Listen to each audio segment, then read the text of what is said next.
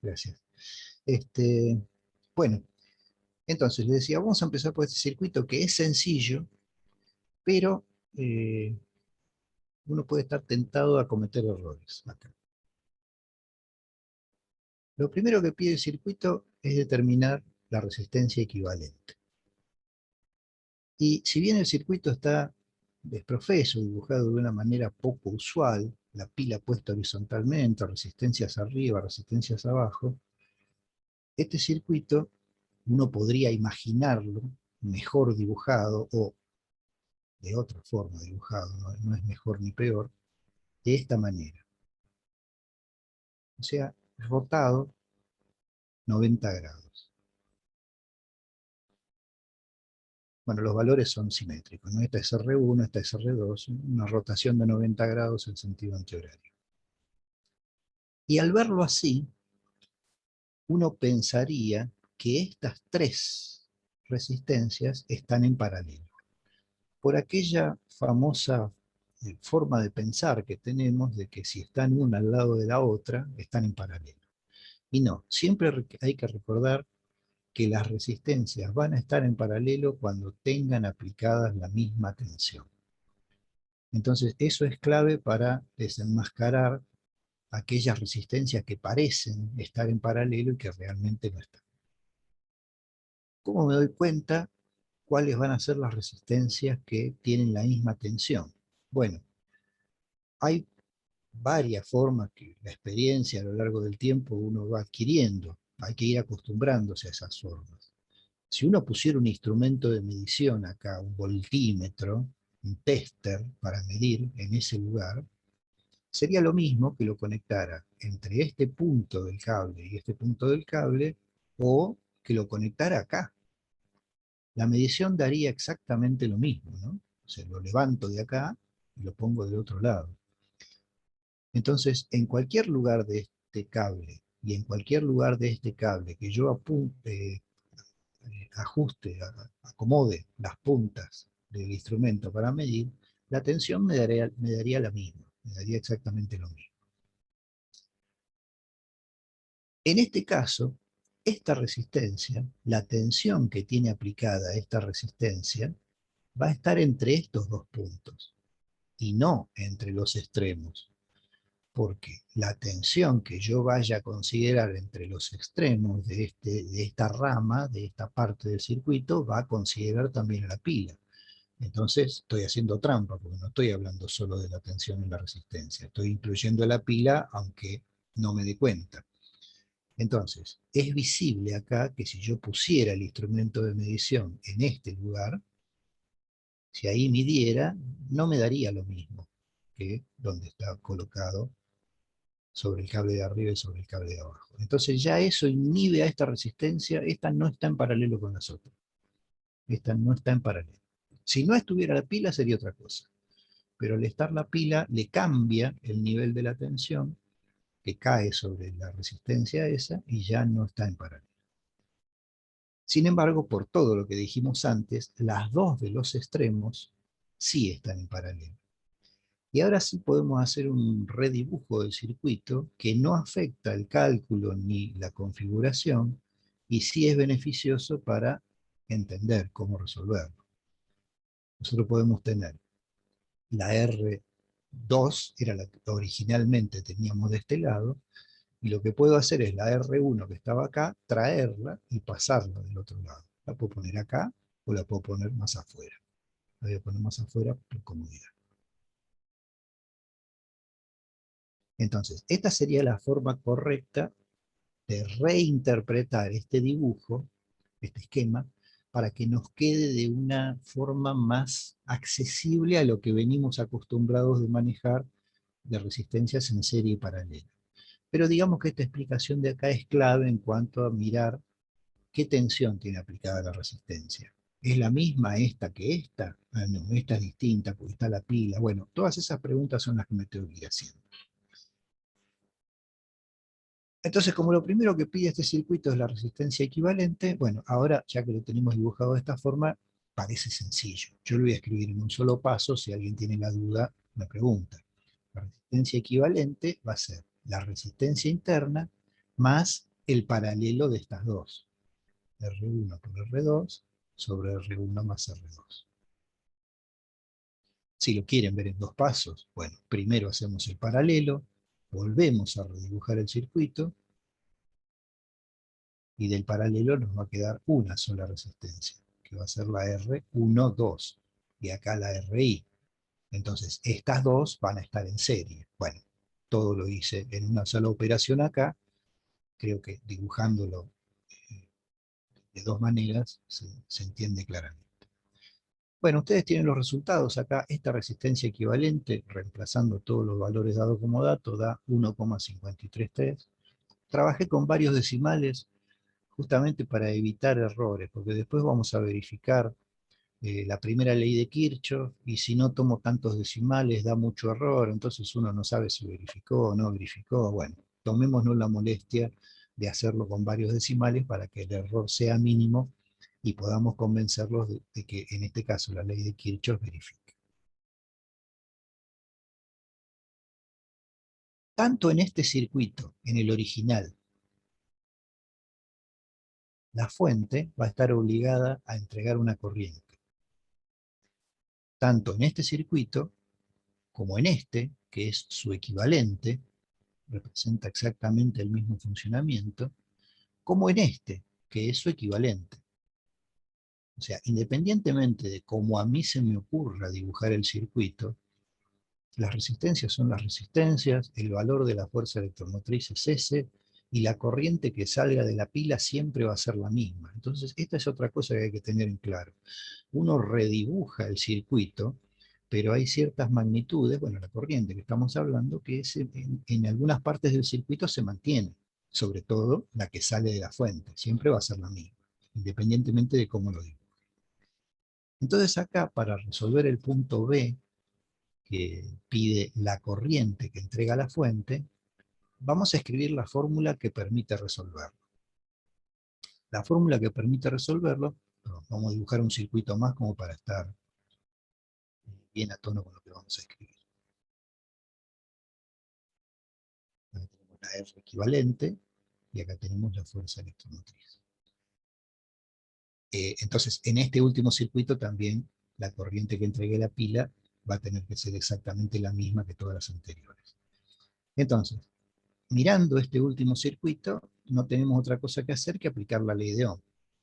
La corriente que circule va a ser igual a los volts que le aplique la pila dividido la resistencia equivalente. Bueno, pero esta fórmula no la vimos nunca. Nosotros lo que vimos fue I igual a B sobre R. Bueno, por eso cuando dije, o fui mencionando a medida que escribía la fórmula, dije la corriente va a ser igual a los volts que entregue la batería dividido la resistencia. Siempre es así. La ley de Ohm siempre es volts sobre ohms. ¿Y por qué lo digo de esta manera? ¿Por qué lo digo en relación a las unidades y no a las magnitudes? Porque los volts pueden ser entregados a través del potencial de la pila, de B, como está dibujado acá en la expresión de la ley de Ohm que tenemos escrita en el apunte, o esos volts también pueden ser entregados por la fuerza electromotriz de la pila. Recordemos, la relación entre las dos estaba dada por esta fórmula. Si hablo de una o hablo de la otra, estoy hablando de energía que entrega la pila al circuito.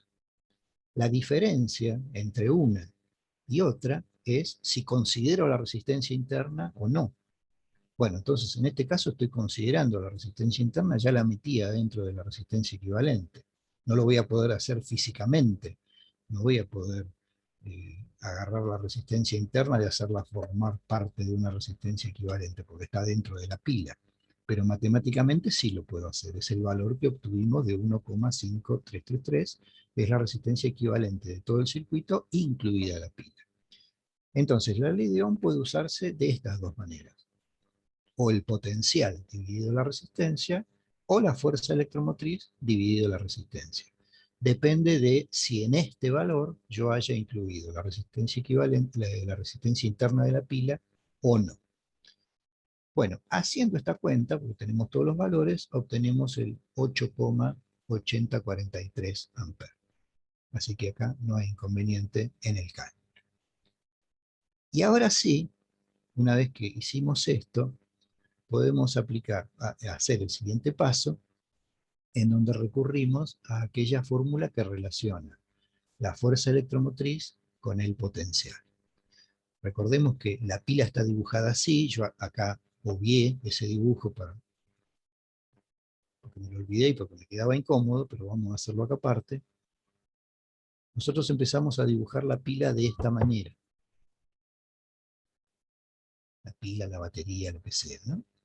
Entonces, esta batería está completa en el sentido de que nos muestra toda la funcionalidad de lo que hace ese artefacto. Ese artefacto es capaz de entregarme una fuerza electromotriz. Recordemos que la fuerza electromotriz son los volts que me puede entregar ese artefacto cuando no le pido corriente. Por ejemplo, en la situación que ahora. Ahora, esta batería está aislada, no está conectada a ningún circuito, entonces lo que entregaría como volts, o el valor en volts que entregaría entre estos dos terminales, sería el que indica el ejercicio, 13,5. Ahora resulta que cuando yo le empiezo a pedir corriente a esta batería, como lo estoy haciendo en estos circuitos, el valor en volts que voy a tener entre estos dos puntos, entre los bornes de la batería, ya no va a ser 13,5, va a ser menor. Porque el solo hecho de que por acá circule corriente va a provocar una caída de voltaje, una caída de tensión en esa resistencia interna. Yo no me voy a dar cuenta, porque va a pasar todo esto adentro de la pila. Yo lo único que voy a poder hacer es medir cuánto es el potencial que me entrega la pila en sus bornes, en sus conexiones externas. Bueno, todo esto que dije va más por el lado teórico, por el lado de la diferenciación entre el voltaje y la fuerza electromotriz, pero en realidad la fórmula es sencilla. El voltaje que yo vaya a medir, el potencial que vaya a medir entre los extremos de la pila, va a estar dado por esta expresión, E menos I por R. Acá conozco todo. Conozco esto que es 13,5, esto que es 8,8043 y esto que vale 0,2. Así que reemplazo todos los valores y llego a este 11,739. La batería me la vendieron como de 13,5 volts. Listo, la compro. La mido con el tester y tiene 13,5 volts. Ahora, cuando yo le conecto todo esto, la batería tiene menos tensión. Esos 13,5 volts, o una parte de esos 13,5 volts, se utilizan para que los electrones puedan salir del interior de la batería y ser utilizados en el circuito externo. Entonces, ya tenemos el potencial de la batería. Este potencial de la batería, acá no lo puedo ver, porque acá la resistencia interna está mezclada, está incluida dentro de la resistencia equivalente. Este potencial de la batería, los 11,7391, los puedo ver en este circuito acá, entre este punto y este punto. Ahí voy a tener un potencial de 11,7. También lo puedo ver acá, y también lo puedo ver acá, entre este punto y este punto. O sea, 11,7391 sería el valor que mediría este voltímetro con el cual empecé la explicación del problema en el día de hoy. O sea que las dos resistencias que están en paralelo, en este momento están recibiendo este potencial. Tienen las dos el mismo potencial, 11,739. Entonces, de acuerdo con eso, podemos calcular la corriente en cada resistencia. Ahí directamente, también aplicando la ley de Ohm. La corriente 1 va a ser el potencial de la batería dividido la resistencia 1. Entendiendo por el potencial de la batería este valor. Ojo, lo digo así porque en el apuro, cuando se llega a este lugar, acá ponen 13,5 y está mal. Entonces, acá hay que poner el valor que se calculó acá, 11,739.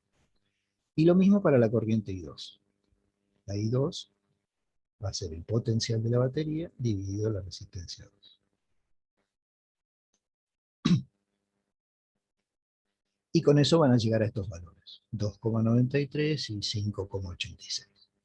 La IRI ya la habíamos calculado, o sea, la corriente total I, ya la habíamos calculado antes, así que solamente hay que escribirla.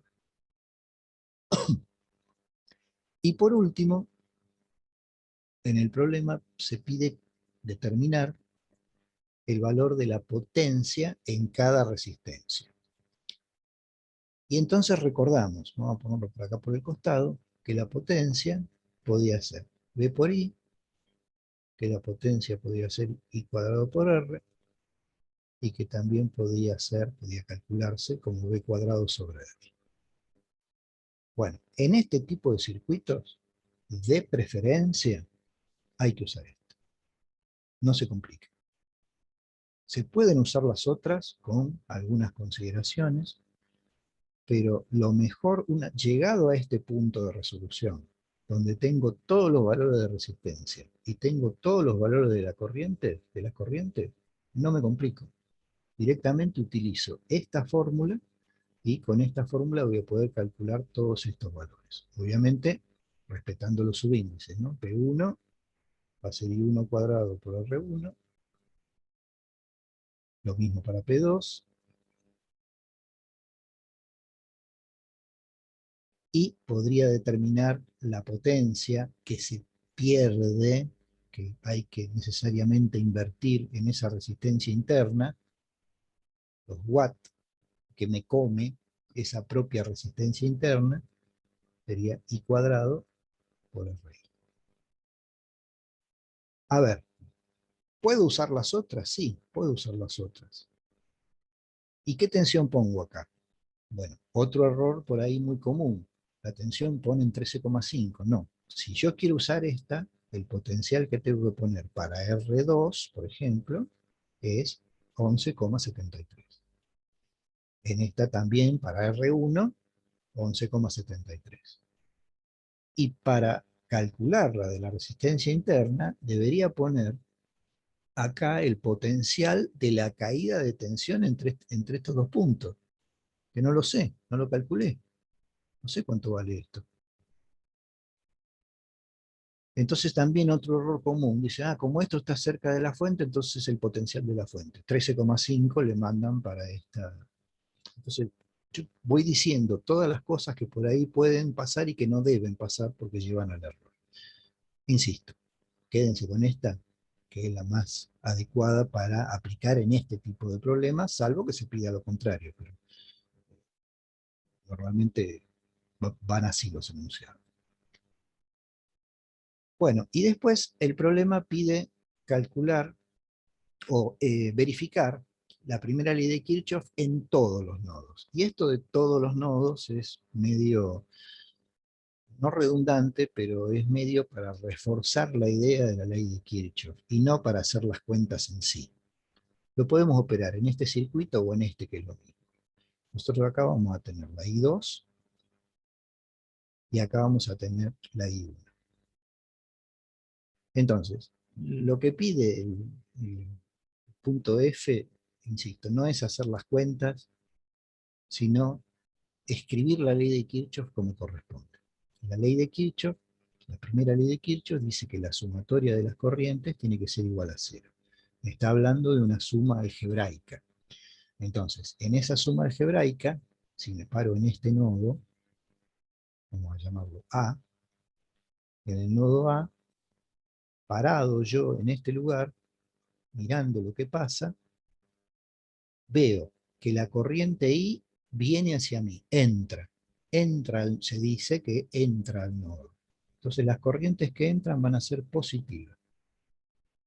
Y veo que las corrientes I2 e I1 se alejan del nodo, se van. Entonces las pongo negativas, en el orden que quiero, es lo mismo. Menos I2 igual a 0. Entonces, esto es más un entrenamiento para ver si entiendo cómo plantear la primera ley de Kirchhoff. Después, si quiero, puedo reemplazar los valores. En un problema, en un parcial, es conveniente reemplazar los valores.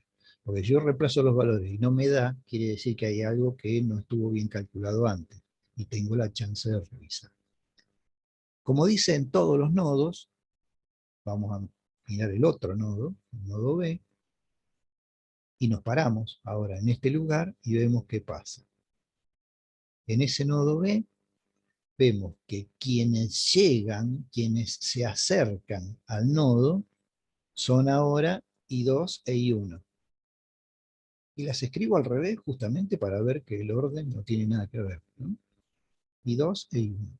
Y la que se aleja, aunque no está dibujada acá, es la corriente I. La corriente I va a nacer en este nodo y va a morir en este nodo, como valor de 8,80. Entonces, menos I igual a 0. Obviamente, si me verifico uno, también va a verificar la otra porque es lo mismo cambiado de signo. Pero la idea es que conceptualmente se acostumbren a escribir la ley de Kirchhoff con los signos que corresponden. Bien. Bueno, de este problema nada más. Si, algunos minutos de silencio, si alguien tiene alguna duda, si no pasamos al otro.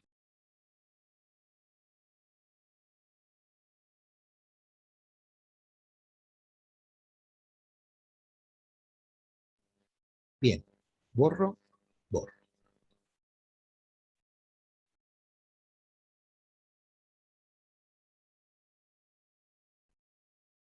El otro problema tiene el mismo enunciado.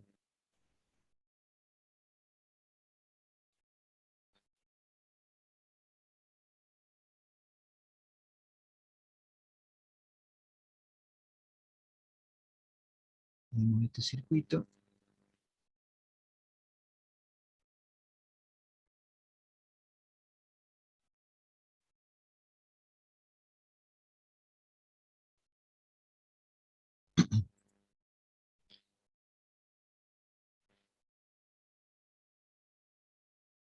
Ahí estamos. Bueno, y acá lo mismo. El problema lo que busca es reordenar, reacomodar mentalmente el circuito sin caer en algún error de considerar que algo está en paralelo cuando no lo está. Entonces acá hay que hacerlo, la mejor idea es hacerlo varias veces, dibujar varias veces el circuito para poder ir teniendo la hilación de cómo manejar todas las magnitudes. Hay alumnos que ven, lo decía la otra vez, ¿no? Como jugar al ajedrez. A veces se ven 3 jugadas adelante, a veces se ven 2 y a veces me hacen mate sin darme cuenta. Bueno, acá es lo mismo. Hay alguien que se puede dar cuenta rápidamente, lo digo de un tirón y después lo desarrollo punto a punto, R1 y R2 en paralelo, el resultado de eso con R3 en serie, el resultado de eso con R4 en paralelo y el resultado de eso con RI en serie. Hay gente que lo ve, esto que acabo de decir, y aquel que por primera vez en su vida, a los 18 años, tuvo contacto, 18, 19, 20, lo que sea, tuvo contacto con los circuitos eléctricos, no lo puede ver. Es lógico que no lo pueda ver. Entonces, ¿cuál es la forma de solucionar esto? Entrenamiento. Tomarse la paciencia necesaria para seguir una especie de método que nos permita, que nos lleve a no cometer errores. Entonces, cuando no lo puedo ver, como lo dije recién, o no lo puedo ver por partes, lo mejor es hacerlo paso a paso, eso no hay ninguna duda. Entonces me tomo la molestia de dibujar el circuito tantas veces como lo necesite. Yo ahora voy a ser bastante pesado, lo voy a dibujar muchas veces para que todos lo puedan entender. Después cada uno tomará la decisión de dónde hacer los recortes o dónde, eh, hasta dónde dibujar. Bueno, lo que dije hace un rato es que yo veo que R1 y R2 están en paralelo, eso a su vez está en serie con R3. No lo roto el circuito porque ¿sí? Por ahí sería más cómodo tenerlo con la pila horizontal, pero es exactamente lo mismo. Así también nos vamos acostumbrando a verlo de esta manera. Acá tenemos R4 y acá tenemos la pila, con su resistencia interna RI. Entonces, este es un primer paso. Yo vi hasta ahí. Lo único que pude ver es que R1 y R2 están en paralelo, la llamo R1-2. Ahora, lo siguiente que puedo ver es que 1, 2 y 3 están en serie. Bueno, me tomo la molestia y lo hago.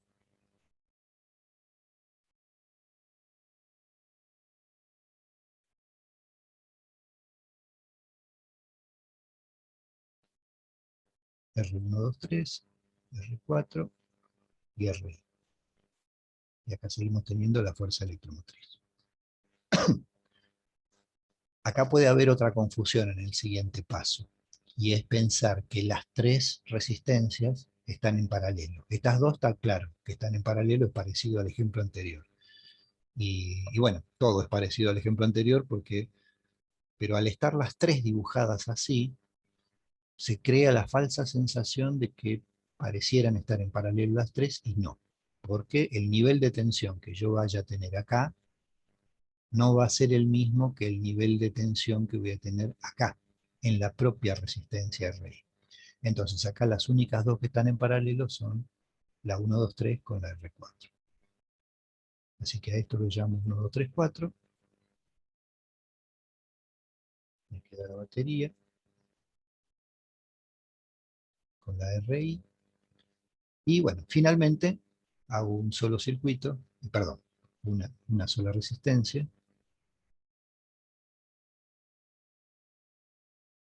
como la resistencia equivalente. 1, 2, 3, 4, y mantengo los subíndices por una cuestión también de ordenamiento mental. Ya la puedo llamar R equivalente. Creo que en el resultado la llamé así. Pero como para seguir manteniendo los subíndices.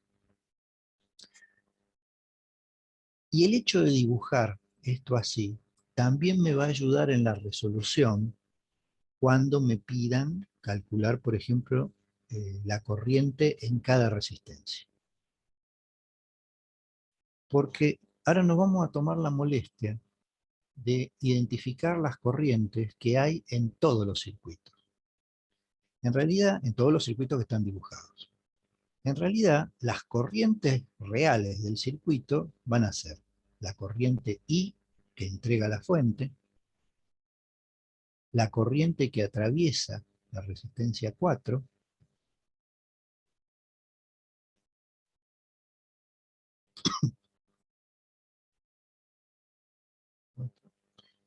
la corriente que atraviesa la resistencia 3,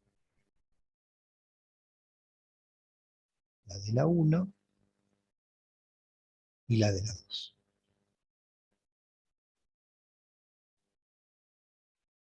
Esas son todas, perdón,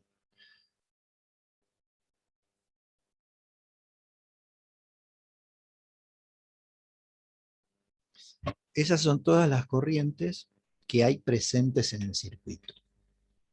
Otra confusión muy común es decir, acá va otra resistencia.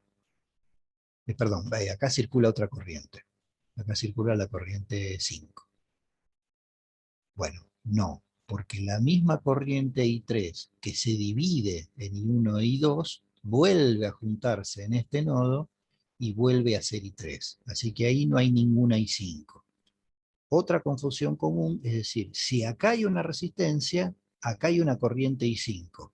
No, que haya o no haya una resistencia en este lugar no tiene nada que ver con que se cree una nueva corriente, un nuevo valor de corriente.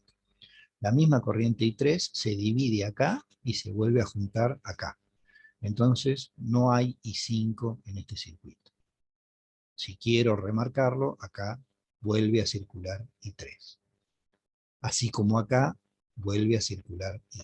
En realidad esto que estoy haciendo es redundante, pero para que les quede y lo vean y no haya confusión. De estas Una corrientes que están... consulta. Sí, Ahí I3 sería distinto de I4, ¿no? sí, correcto, porque en este nodo, acá, Es como un caño de agua. El agua viene por acá, una parte va a ir para la casa de Juan y otra para la casa de Pedro. Entonces, I13 y I4 van a ser diferentes. Sí. Bien. Profe, una consulta, disculpe. Sí. Y después de que pasa por I1 e I2, ¿no sería menor el valor de I? ¿Por qué no corresponde poner un I5? Eso no lo visualizo. Bien, perfecto. Las cargas eléctricas no se crean ni se destruyen. Las cargas eléctricas están en la pila, cuando están adentro de la pila, están con una energía latente, presente, para salir a comerse el circuito. Pero si un electrón sale de la pila, un electrón llega al otro polo de la pila. Eso es innegable. Así como del tropezón sale 1 litro de agua, ese litro de agua llega a mi casa, o llega acá a la ciudad. La carga, la masa, no se pierde en el camino. Es decir, Ah, está no, bien, profe. Pensé que aplicaba el efecto Joule. Pensé que el tema se perdía con transferencia de calor o algo así. no, justamente lo que va perdiendo es la energía que tiene esa carga. Seguramente el agua que sale del tropezón sale con una presión, bueno, digámoslo de manera grosera, ¿no? Una presión fuerte. Y cuando llega a mi casa tiene menos presión. O sea, lo que ha perdido es energía de presión. En el tema de las cargas eléctricas es exactamente igual. La batería le entregó 12 volts, o lo que sea, no sé, ¿cuánto de acá? 50 volts. Entonces, ya para atravesar su propia resistencia interna gastó 3 volts. Y después para atravesar esta resistencia gastó los 47 volts que faltaban. Y así es el balance energético. O sea, lo que se va gastando, mal dicho, pero para que se entienda, entre comillas, gastando, consumiendo, a lo largo del circuito es la energía, pero no la carga se sostiene. Entonces, no hay degradación de la carga, no hay desaparición de la carga por el hecho de pasar por R1 y por R2. Lo que se degradó o lo que se cambió acá fue la energía con la que sale el electrón. El electrón acá llega hecho un toro y de este lado sale con la lengua afuera. Y lo único que tiene es un cachito de energía para llegar a la pila y nada más. Así que ahí se cierra el círculo del circuito. Bueno, este circuito, en donde tenemos dibujadas todas las corrientes y todo lo que está dibujado acá es lo que nos pide calcular el punto D, estas corrientes vuelven a repetirse en los sucesivos circuitos que dibujé acá. Lamentablemente, en este último, lamentablemente o por suerte, en este último, la única corriente que tengo es I. Y digo por suerte porque la voy a poder calcular, va a ser E sobre la R equivalente. Acá también, la única corriente que tengo es I. Acá ya puedo ver I, I4 e I3. I4 e I3. I2 e I1 desaparecieron porque están acá adentro. Y acá también, acá veo lo mismo que acá. Veo exactamente lo mismo. Y de acá lo único que me va a interesar es dibujar I3. Vamos a poner en la misma posición. Bueno, vamos a dibujar todo. Así queda prolijo. Entonces, en cada uno de los circuitos puedo volver a ver todas las corrientes que me permitan ese circuito, y esto va a ser muy útil dentro de un rato. Por ejemplo, para calcular I1 e I2. Voy a necesitar tener esta visión del circuito. Bueno, la resistencia equivalente la tienen acá, sale de todo este proceso, paralelo, serie, después paralelo, serie, y llego al valor final, tiene que llegar a este 11,84. El punto B, la corriente, volvemos al esquema de antes. Es decir, la corriente que va a entregar la fuente, el elemento que entrega volts en este circuito es la fuerza electromotriz, así que va a ser dividido la resistencia equivalente, ahí va a tener el 4,22. El punto C pide el potencial de la fuente. El potencial de la fuente lo voy a tener en los bornes de la fuente, acá entre este punto, y lo puedo marcar en cada uno de los circuitos. Yo sigo viendo el potencial de la fuente entre estos lugares. Excepto acá que ya no lo puedo ver, porque me quedó enmascarado acá adentro. Entonces, igual que antes, ¿no? Punto C, potencial de la fuente va a ser E menos I por R. Aplico los valores, voy a llegar a 49,5777. Este potencial de la fuente es importante tenerlo, porque si yo pongo un voltímetro acá, voy a medir ese potencial.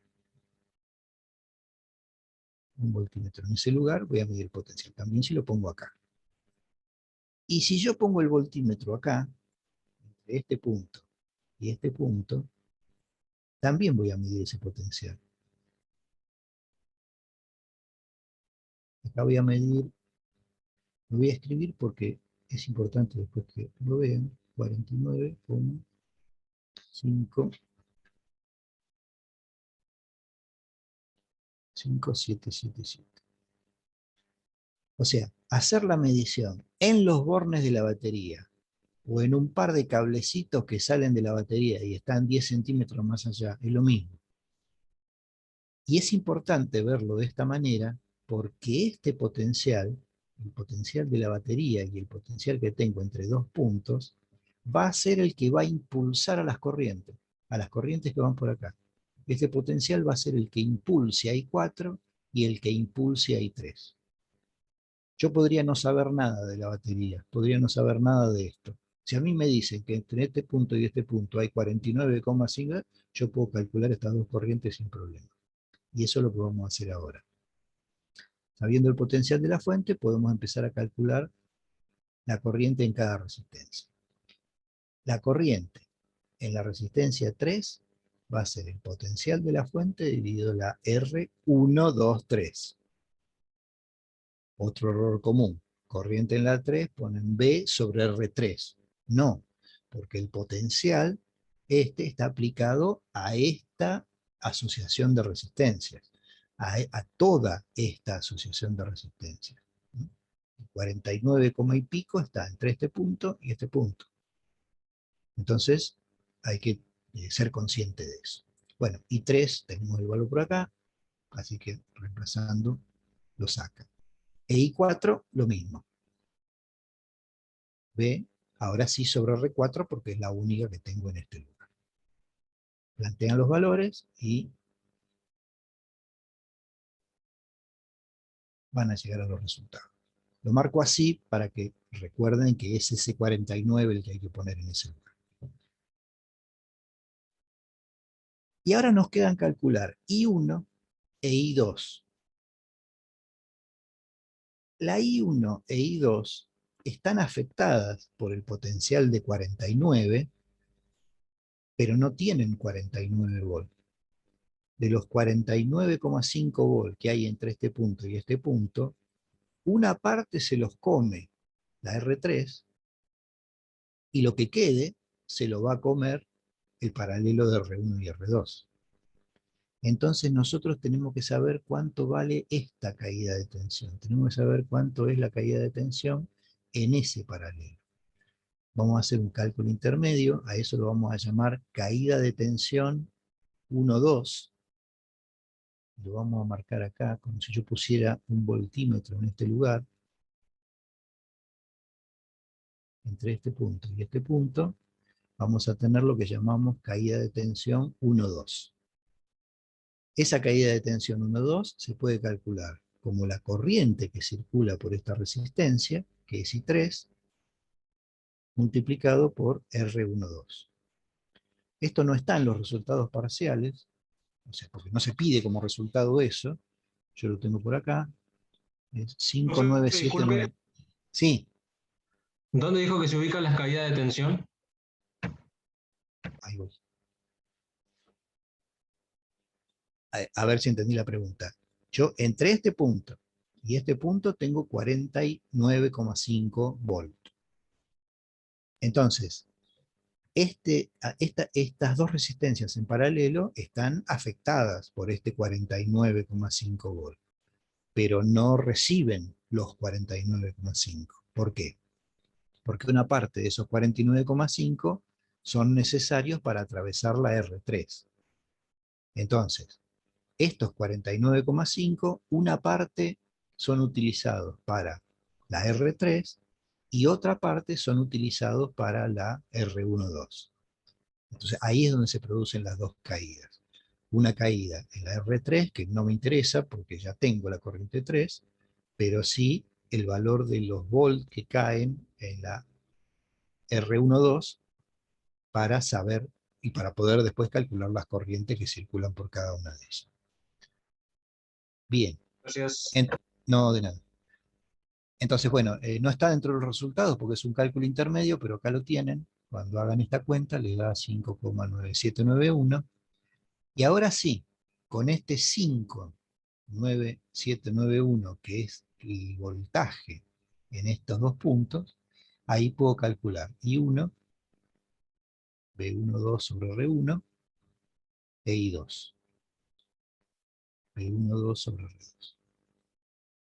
Entonces, como ven, hay que ser minucioso, prolijo, bueno, haz lo que yo digo y no lo que yo hago, ¿no?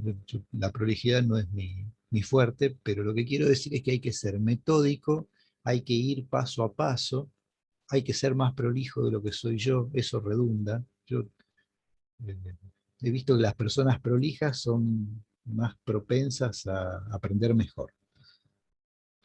Es una autocrítica.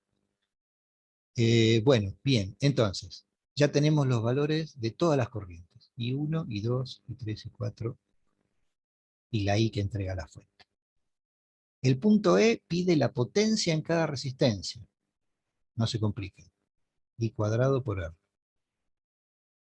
La de la RI, la de la R4. Cada resistencia al cuadrado multiplicado, cada corriente al cuadrado multiplicado por cada resistencia.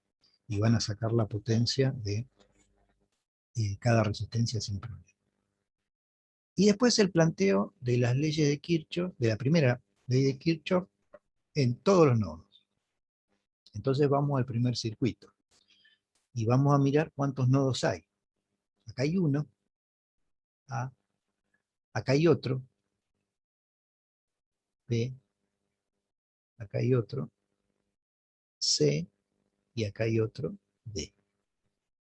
Entonces lo que hay que hacer es tomarse el trabajito de escribir las ecuaciones de Kirchhoff en cada uno de esos nodos. Vamos a hacer este, que es el más atípico de todos.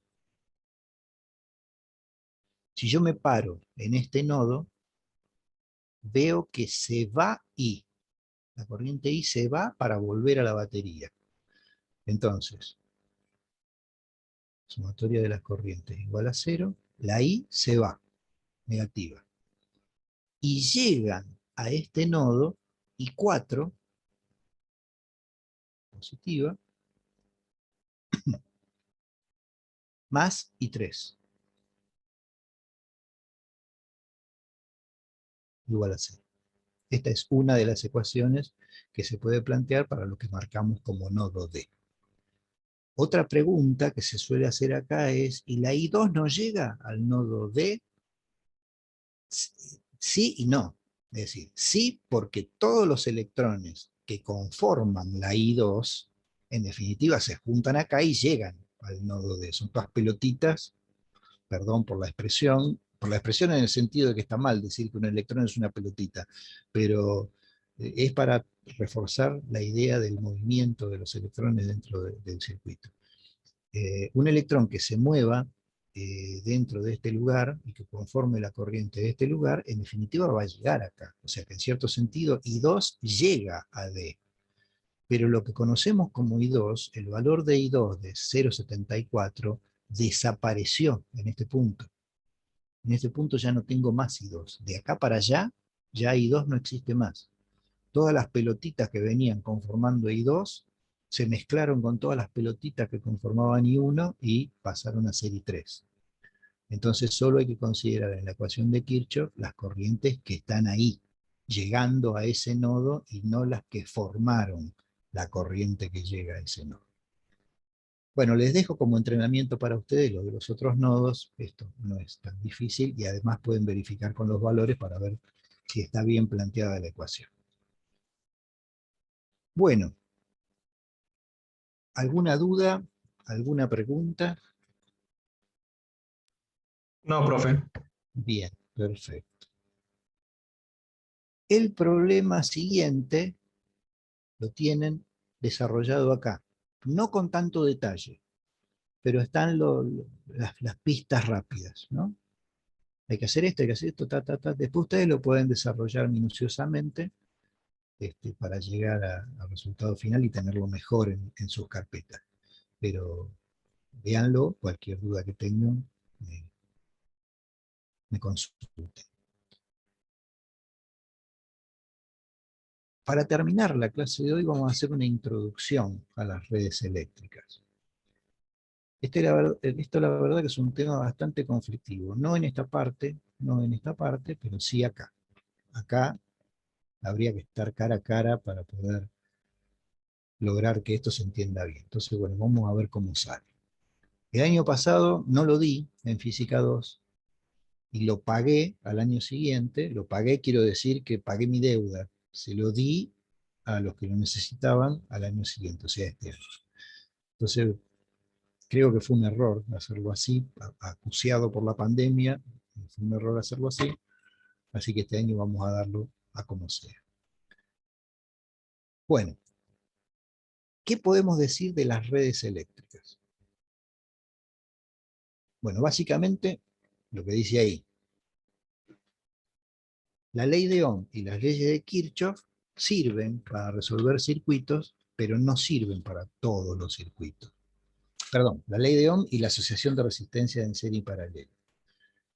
Con eso solo, por ahí no puedo resolver todos los circuitos que se me plantean en la vida real. Entonces aparece el concepto de red eléctrica, que es una red más compleja, y que fundamentalmente es más compleja porque tiene más baterías. Hasta ahora todos los circuitos que nosotros resolvimos tenían una sola pila, una sola batería. En cambio, las redes eléctricas van a tener dos o más baterías y ahí es donde se complica la resolución y no se puede hacer asociando resistencia. Este es un circuito común, como los que resolvimos en los problemas anteriores.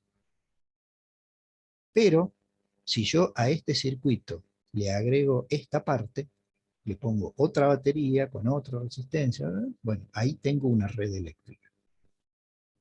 Y acá aparecen distintos problemas en donde uno a toda costa quiere aplicar asociación de resistencia en serie paralela. Y lo quiere hacer como sea, no importa. Bueno, ojo, porque esto también es un problema. Uno mira acá y piensa que estas dos están en serie, y estas dos no están en serie, porque acá hay un cable que se deriva hacia abajo, y este cable que se deriva hacia abajo me rompe la serie de estas dos resistencias. Las resistencias están en serie cuando la corriente en ellas es la misma.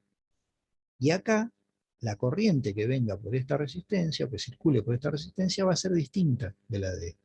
O sea, no es lo mismo que yo tenga esto, se me superpuso todo. Vamos a quitar esto. No es lo mismo que yo tenga esto que estoy viendo acá, a que tenga esto. Ahí sí están en serie. Al poner el cable chau, se murió la serie. La corriente, si en este caso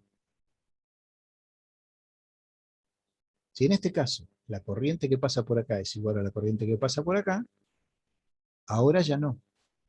Porque cuando la corriente llegue a este punto, se encontrará con una corriente que viene del otro lado y formarán una nueva corriente. Entonces la corriente en R1 y R2 no son iguales.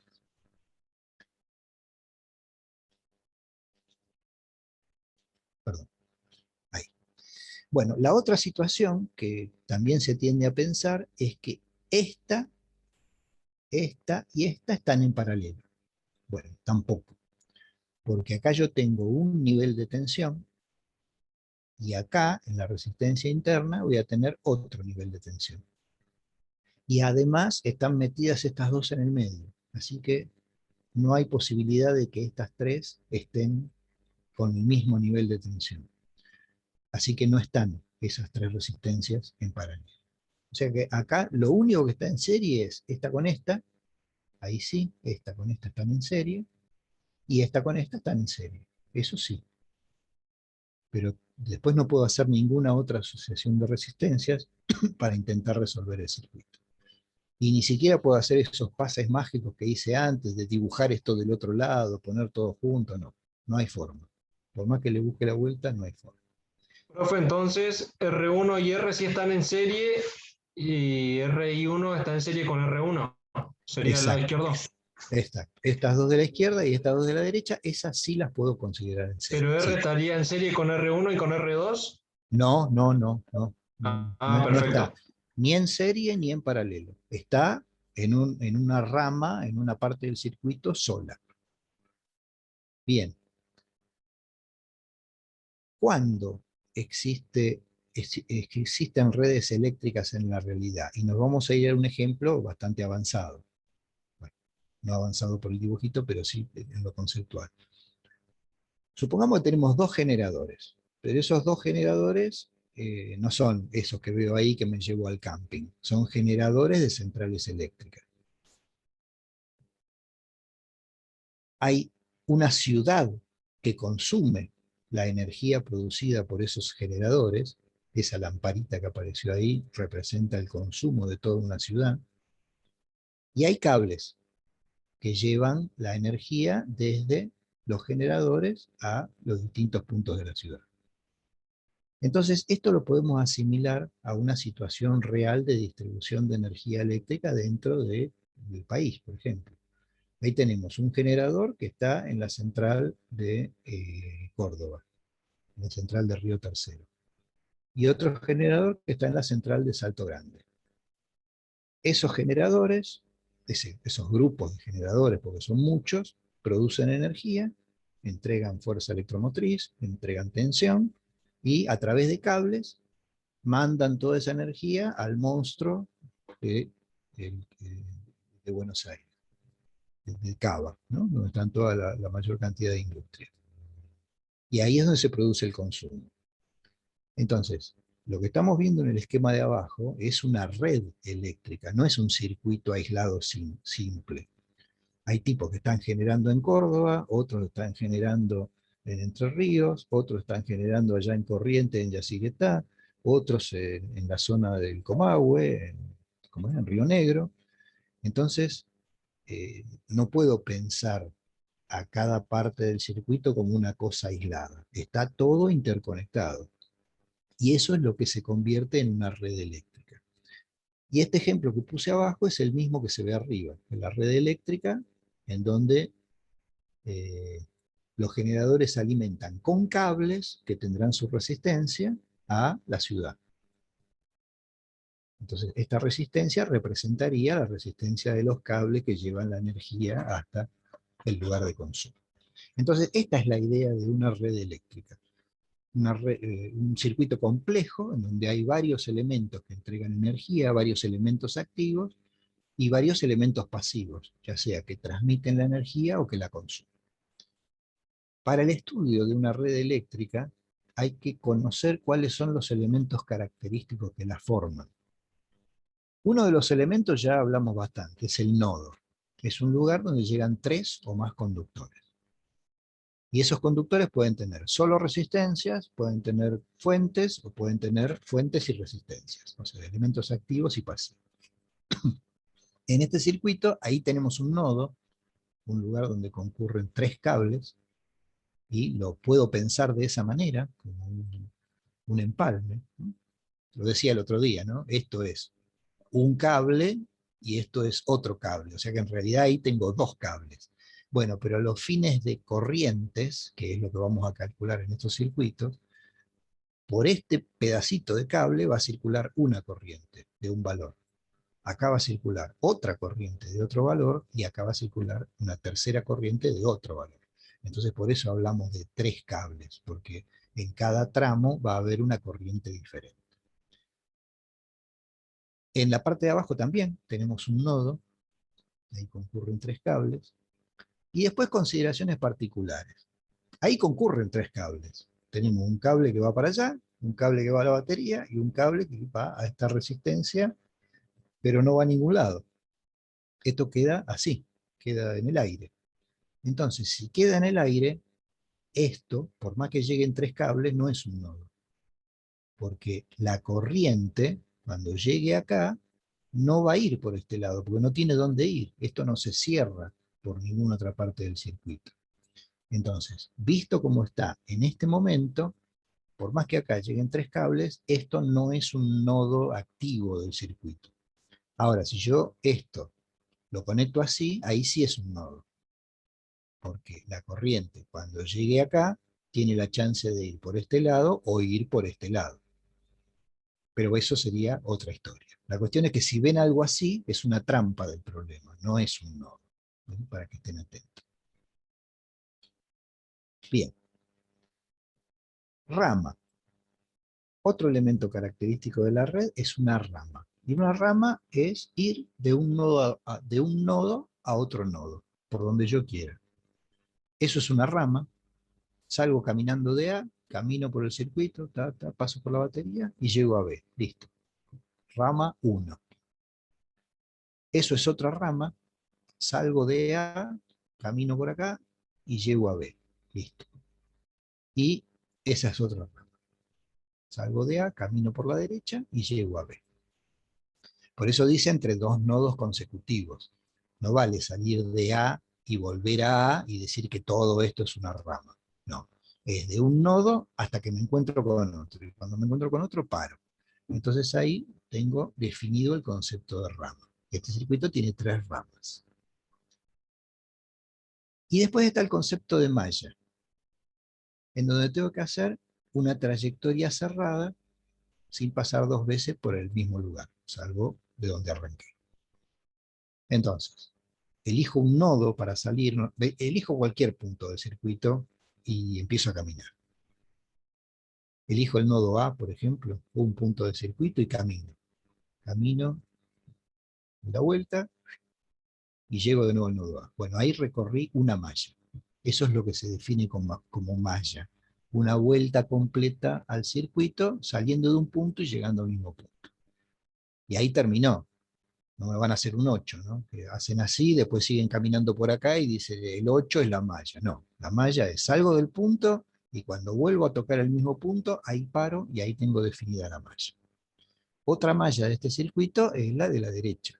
Ahí se me ocurrió salir del nodo B, porque se me ocurrió, camino así, doy la vuelta y llego de nuevo al nodo B, ahí tengo la otra malla. Y después hay una tercera malla, que es la de afuera, la exterior. Ahí salgo de donde quiero, salgo de acá, y camino todo por afuera. Y ahí tengo la tercera malla. Y ya después cualquier intento que quiera hacer de buscar otra malla, me voy a topar con que es lo que ya hice.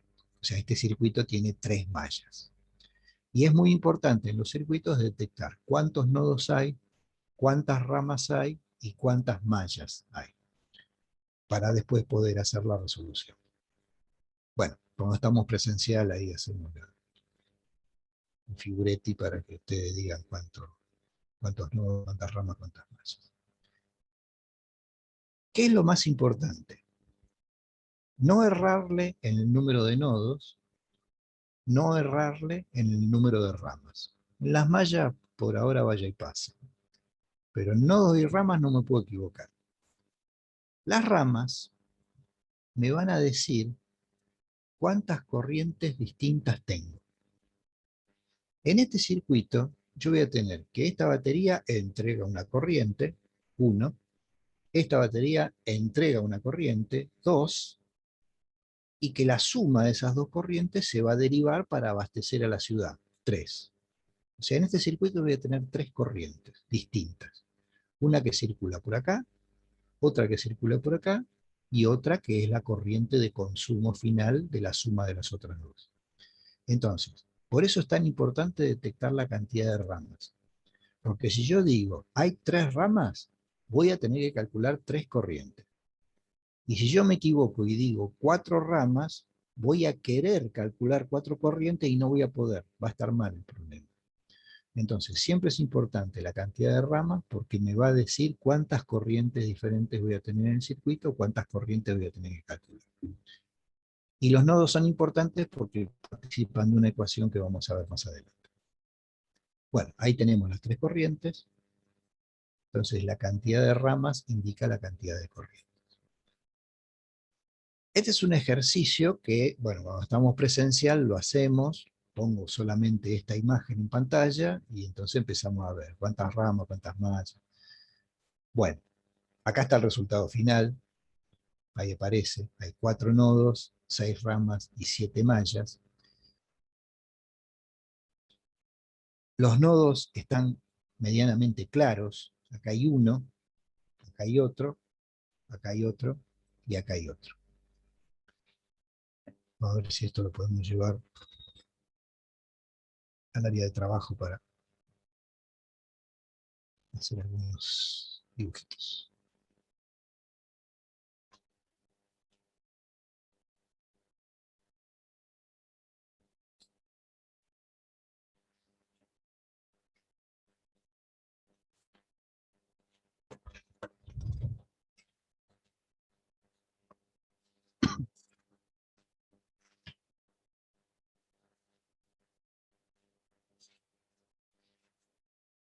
Bien.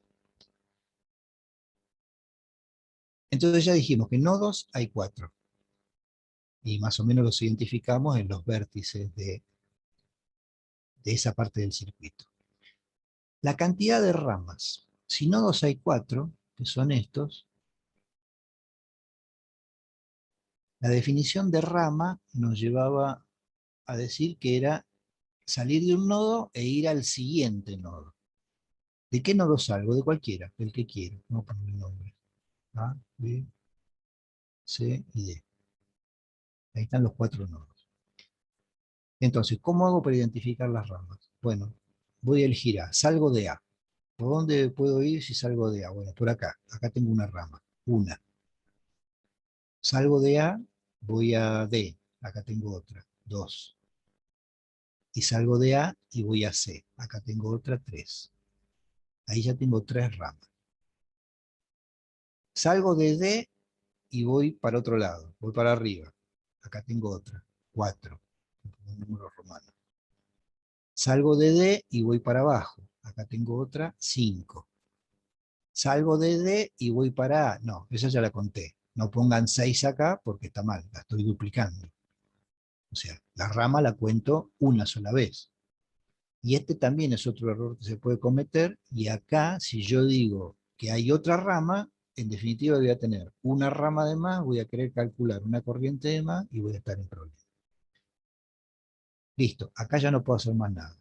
Lo que me queda es salir de B y llegar a C. Acá tengo otra rama, esta sí es la 6. Y listo, se acabó la historia. No tengo más ramas.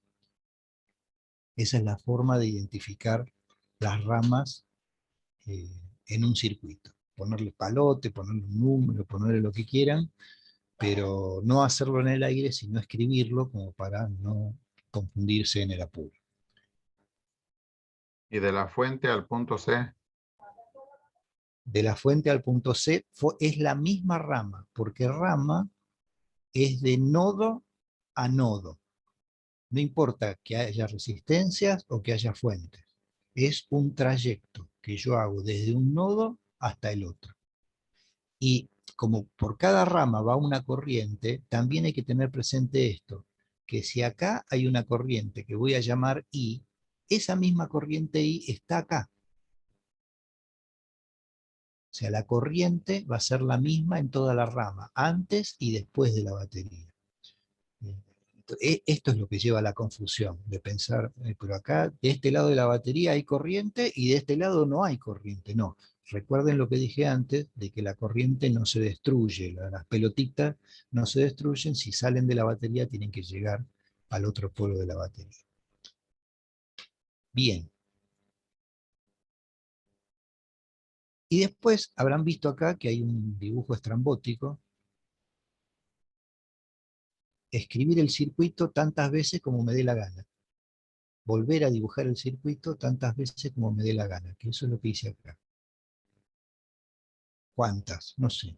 10, 12, las que quieran. ¿Para qué hizo eso, profe? Esto lo vamos a usar para determinar la cantidad de mallas. Porque si no, las mallas hay que hacer dos cosas. O contarlas en el aire acá, verlas en el aire, o enchastrar todo este dibujo y llega un momento que si el circuito es muy grande no se entiende nada. Entonces, al menos en esta primera explicación, agarramos el esquema del circuito sin batería, sin resistencia, simplemente el esquema, copiamos la forma del circuito y sobre esto vamos a dibujar lo que nosotros vemos como mallas.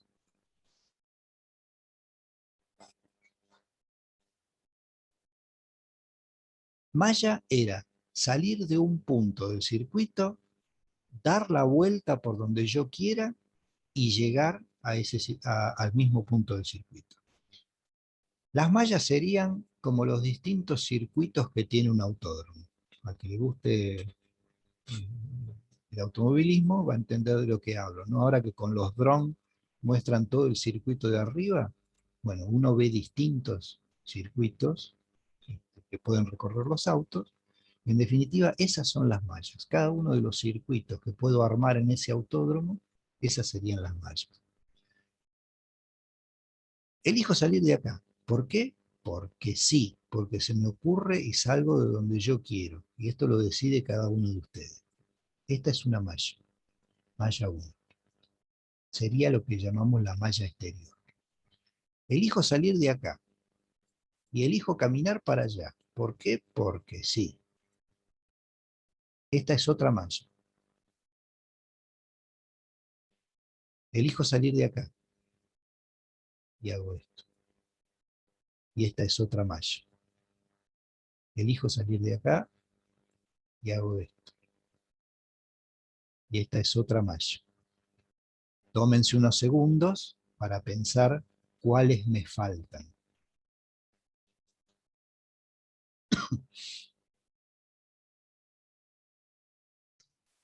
¿La del rombo no sería una malla, profe? Bien, la del rombo.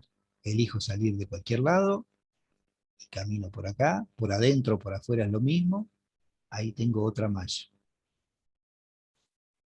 Bueno, ya me empiezan a cuestionar, dice, pero esto lo podía haber dibujado acá, ¿para qué dibujo otro? Bueno, lo estoy explicando, estoy tratando de ser didáctico, no me castiguen encima. Ustedes lo pueden hacer si quieren. Bueno, ¿qué más falta? La otra parte que no es el rombo, la parte de la izquierda. Medio rombo con la parte de la izquierda. Medio rombo. La parte de la izquierda es esta. Claro, medio rombo, faltó. Casi. ¿Y cuál medio rombo? No entiendo. Bueno, vamos. Así es difícil. Si estamos presencial, hago pasar alguno y nos divertimos todos. Así se divierten ustedes solos. Perdón. Miren por acá. Así. No, está mal dibujado. Perdón. No, o sea, quería hacer, está bien, pero por ahí no se entiende. Vamos por acá.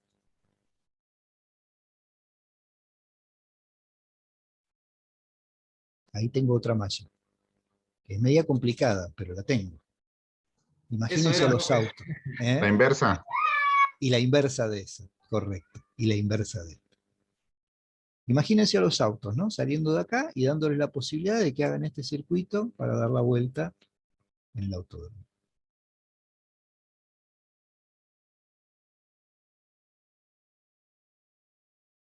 Lo mismo acá. Bueno, y falta una.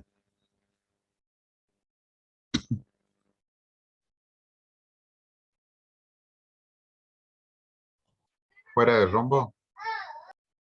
Ya la tenemos. O es esta, que es lo mismo, afuera del rombo o adentro. Bueno, no falta ninguna. Si ustedes ven la animación, ponemos en presencial, ponemos esto en el pizarrón.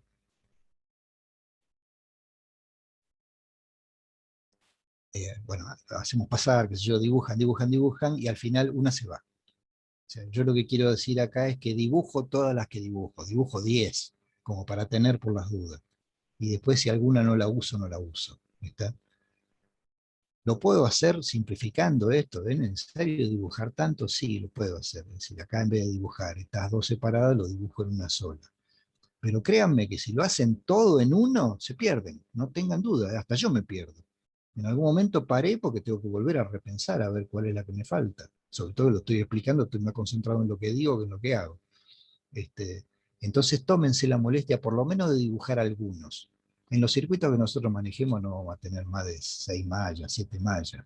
Con que dibujen 3 de estos ya está. O sea, estas dos la dibujan juntas, qué sé yo, esta y esta la dibujan juntas y no se confunden, y con 3 dibujos lo pueden hacer. Bueno, entonces, este circuito, como conclusión, tenía 4 nodos, 6 ramas y 7 mallas.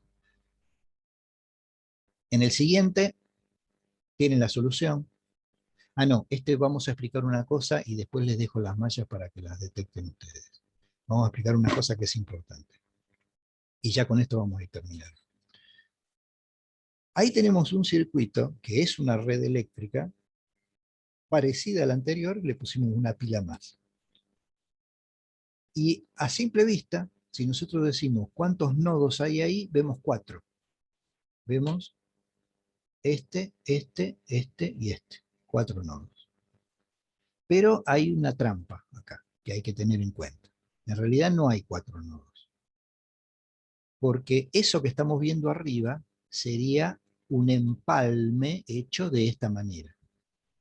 Y yo ese empalme que estoy mirando ahí lo puedo hacer así o lo puedo hacer así. Y sería lo mismo. Entonces, en realidad, estos dos nodos, falso. Hay un solo nodo acá. Distinto sería que acá en el medio hubiera una resistencia. Si acá en el medio hay una resistencia o una pila, ahí sí estos son dos nodos. Pero si solo hay un cable, en realidad hay un solo nodo. Si no me avivo de esto, no hay problema. Lo voy a poder resolver. Pero voy a calcular una corriente más al divino botón. O sea, para nosotros no va a tener sentido. Entonces, lo ideal es este circuito, redibujarlo, chanchamente, dibujarlo de esta manera. Entonces me queda más claro de que en vez de 4 nodos hay solo 2. Y esto me va a simplificar mucho el cálculo. Bueno, les dejo para ustedes que con este esquema así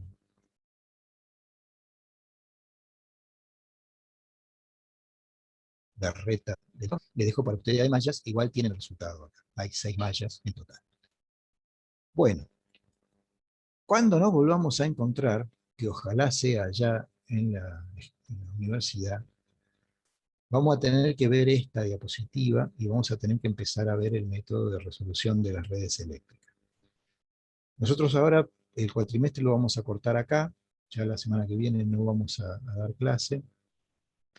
Una de las razones que me impulsó a no dar clase es que hay muchos que se están inscribiendo para final, es una buena señal eso. A diferencia de las mesas pasadas, las fechas de mesas pasadas, que no había nadie, o había uno o dos, ahora hay bastantes inscritos, así que vamos a dejar tiempo como para que puedan dedicarse a rendir finales, que es importante. Entonces, nos vamos a volver a ver de manera virtual o de manera real, si Dios quiere, el 9 de agosto, el lunes 9 de agosto. Ya hablamos en algún momento que el parcial va a ir más allá del 18. El 18 no va a ser, puede ser el 23 o el 30. O sea, vamos pergeniando esa fecha, después nos ponemos de acuerdo en función de si tienen otros parciales o cómo lo vamos a manejar. Y la idea es tratar de dar este tema antes de que demos el parcial, como para para incluirlo dentro del primer parcial y ya cerrar toda la parte de circuitos eléctricos y dejar los otros temas para el segundo parcial. No nos vamos a conectar por Zoom, pero sí voy a estar disponible a través del correo, así que que quiera consultar algo durante el receso lo puede hacer, le voy a contestar, aunque demore algún tiempito más, pero le voy a contestar. Lo que sí hay que estar atento es que mi dirección de correo es Speedy, y he recibido varios correos de que me lo van a dar de baja. Si ven que no les contesto, mándenlos a Gmail, lo mismo, duarteomar777@gmail, que esa también la tengo como alternativa, no la uso actualmente, pero es la alternativa por si llegan a dar de baja Speedy. Igual después voy a escribir un correo para informarle a todos. Bueno, espero verlo en los finales. Nos encontramos presencial o virtual el 9 de agosto y cualquier duda que tenga me escriben un correo. Chau, Una buen consulta. receso. Sí, te escucho. Los videos de las clases grabadas, ¿dónde los puedo visualizar? Porque no los pude ver.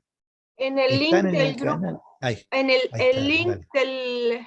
en la descripción del grupo de física está cargado el link a YouTube de todas las clases, con fecha y número de clases. Perfecto.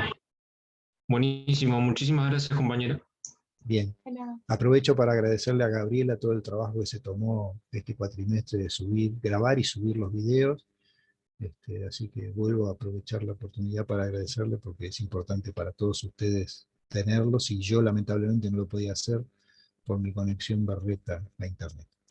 Bueno, si nadie tiene ninguna consulta, nos estamos viendo después del receso. Buen receso y estudien para los finales. Chao. Nos vemos, profe. Chao, Gracias. profe. Hasta luego, profe. Felices Adiós. vacaciones. Hola, profe, hasta la próxima. Chao, chao. Adiós.